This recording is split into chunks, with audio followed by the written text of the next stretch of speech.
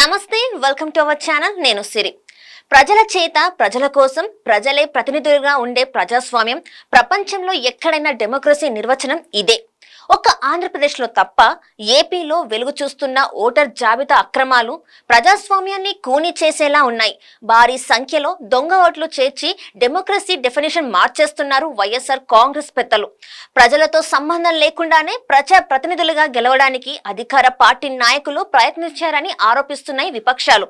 రాష్ట్రంలో దొంగ ఓట్ల ప్రభావం ఏ స్థాయిలో ఉంది, వీటి వల్ల ఎవరికి లాభం ఎవరికి నష్టమో తెలుసుకుందాం. సంక్షేమ పథకాలనే నమ్ముకొని పదవీకాలం మొత్తం కాలక్షేపం చేశారు AP CM Jaganmohan Reddy. Button నొక్కగానే అకౌంట్లో డబ్బులు పడతాయని ఎంత ఊదరగొట్టినా ప్రజల నుంచి పాజిటివ్ రెస్పాన్స్ లేదు. రాష్ట్రంలో అభివృద్ధి ఆనవాళ్లు లేకుండా చేసింది వైసీపీ ప్రభుత్వం. కనీసం గుంతలు పడిన రోడ్లకు ప్యాచ్ వర్క్ కూడా చేయించలేదంటే జగన్ పాలన ఎంత దారుణంగా ఉందో అర్థం చేసుకోవచ్చు. రోడ్ల దుస్థితి గురించి జగన్ ఆప్తమిత్రుడు తెలంగాణ మాజీ సీఎం కేసీఆర్ వ్యాఖ్యలే ప్రత్యక్ష ఉదాహరణ.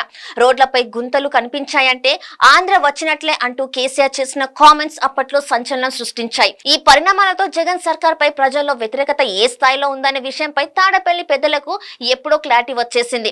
ప్రతిపక్ష నాయకులను ప్రజల ముందుకు వెళ్లకుండా జనసేనాని పవన్ కళ్యాణ్ కు అడుగడుగున అడ్డంకులు సృష్టించి టీడీపీ అధినేత చంద్రబాబును అరెస్ట్ చేసి జైల్లో పెట్టింది జగన్ ప్రభుత్వం.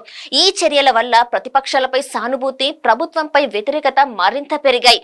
ఏం చేసినా జనాల్లో గ్రాఫ్ పెంచుకోవడం సాధ్యం కాదని అర్థం కావడంతో తాడపల్లి ప్యాలెస్ పెద్దలు దొంగ ఓట్ల వ్యూహానికి తెలరేపారని అంటున్నారు రాజకీయ పరిశీలకులు.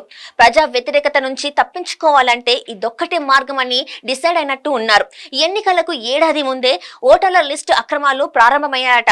ఓటర్ల జాబితాలో అక్రమాలపై ప్రతిపక్షాలు ఎంత మొత్తుకున్నా ఎన్నికల సంఘం అధికారుల నుంచి సరైన స్పందన లేదు. తిరుపతిలో ఓటర్ల లిస్టు అక్రమాలు జరిగాయని సాక్షాత్తు కేంద్ర ఎలక్షన్ కమిషన్ నిర్ధారించింది.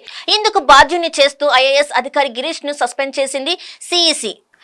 దొంగలు పడ్డ 6 నెలలకు కుక్కలు మురిగినట్లు ఉంది ఎలక్షన్ కమిషన్ తీరు. ఎన్నికల అక్రమాలు జరిగాక 2-3 ఏళ్ల తర్వాత గానీ ఎలక్షన్ కమిషన్ నిద్రలేవడం లేదు.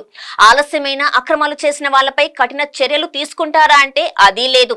ఈసీ ఉదాసీనతను ఆసరాగా చేసుకుని ఏపీలో అధికార పార్టీ నాయకులు బరితెగించేశారని ప్రతిపక్షాల ఆరోపణ. వైసీపీ నాయకత్వం బలంగా ఉన్న ప్రాంతాలలో దొంగ ఓట్ల చేరికలు, ప్రతిపక్షాల సానుభూతి పరుల ఓట్లు తొలగింపు భారీగా జరుగుతున్నాయని తెలుస్తుంది.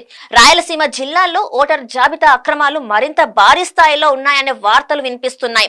రాష్ట్రంలో ఉపాధి అవకాశాలు లేక హైదరాబాద్ ప్రాంతాలకు వలస వెళ్లిన వారి ఓట్లను కూడా తీసేస్తున్నారు. పెద్ద సంఖ్యలో దొంగ ఓట్లు చేర్పించి అపోజిషన్ పార్టీల ఓట్లు తొలగించిన తాడపల్లి ప్యాలెస్ పెద్దలకు విజయంపై ఇంకా నమ్మకం కుదరలేదేమో అని అనిపిస్తుంది. సిట్టింగ్ ఎమ్మెల్యేల మార్పు పేరుతో సీఎం జగన్ ఆడుతున్న గేమ్ చూస్తుంటే అధికార పార్టీలో గెలుస్తామన్న ధీమా కనిపించడం లేదు. అదిగాక పొలిటికల్ ట్రాన్స్ఫర్ వ్యూహం రివర్స్ అయినట్టు కనిపిస్తుంది. టికెట్ దక్కని నాయకులంతా ఛాన్స్ దొరికితే టీడీపీ జనసేన కూటమిలో, దొరకకపోతే కాంగ్రెస్ పార్టీలోకి జంప్ చేసే ఆలోచనలో ఉన్నారు.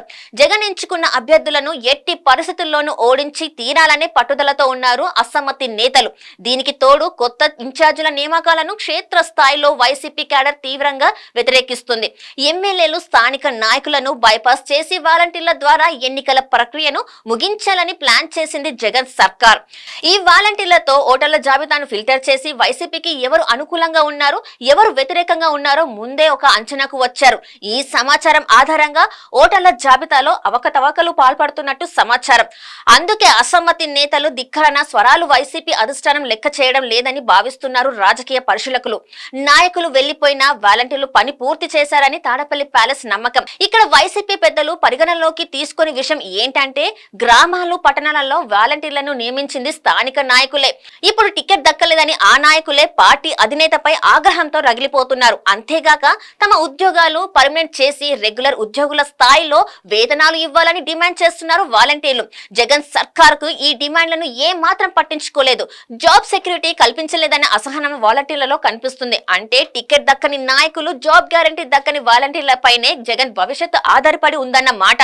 వీరంతా మూకుమ్మడిగా వైసీపీకి ఎదురు తిరిగితే అసలు ఓట్లతో పాటు నకిలీ ఓట్లు ఎవరికి పడతాయో ప్రత్యేకంగా చెప్పాల్సిన అవసరం లేదు.